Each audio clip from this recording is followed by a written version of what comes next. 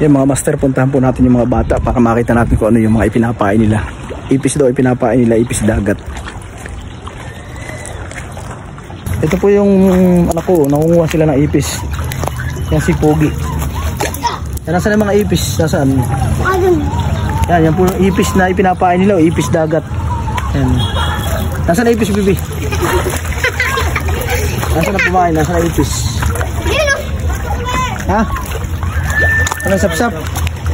Yan, yan ang ipis. Yan po ipis, nagapang yan. Yung mga nagapang na yan, yan ang ipis yan. Isigapang na yan. Yan, yan ang ipis dagat.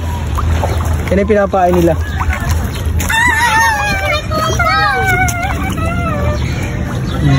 Yan, dadakma po si... Yan, pakita mo yung umpong. Pakita mo umpong. Yan, nakadakma po si umpong na ipis dagat. Pakita mo umpong yan. Pakita mo umpong. Patingin. Yan po ipis dagat. Yan po pumain nila sa sapsap. Dito po yung matatagpuan sa gilid ng seawall. Yan. Yan, ang dami oh. Tama na ito, tama na. Ano yan? Ipis dagat, ipis. Halika na, halika na. Akit na kayo dito. May mas na tayo. O, tama na ito, marami na ito. O, ganito po kalit yung biwas na ginagamit nila, o, yung kawil. Yung hook na ginagamit nila yan. Yan po yung kawil na panghuli ng sapsap dito sa amin. Yan po yung mga batang yan. Ay, tambo na.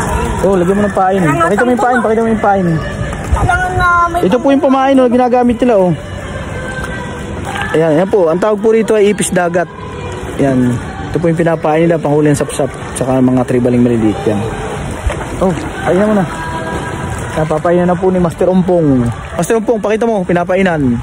Master! Pakita mo viewers, pakita mo, pinapainan. Yan po, pinapainan ni Master Umpong. O, yan. Pinapainan na po ni Master Umpong. Laki na durog na yung Umpong. Nadurog na yata yan. Oh. Pain na maigi. Atis, yun ngayon pa, Umpong. Atis, hindi makakahuli. Mabago anak.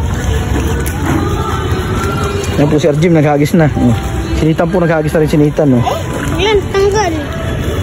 Ano, tanggal? Sauli. Atis. Ayun na po yung mga bata. Oh. Yan, marami na sila. Mga tambo. Namimiwas, marami sila namimimit. Oh. Oh, yan po yung huli. Oh. Yan, sinibad na naman si Arjim. Yan po yung mga tribal fish na yung huli nila. Yan, oh. Nagalaw. Yan.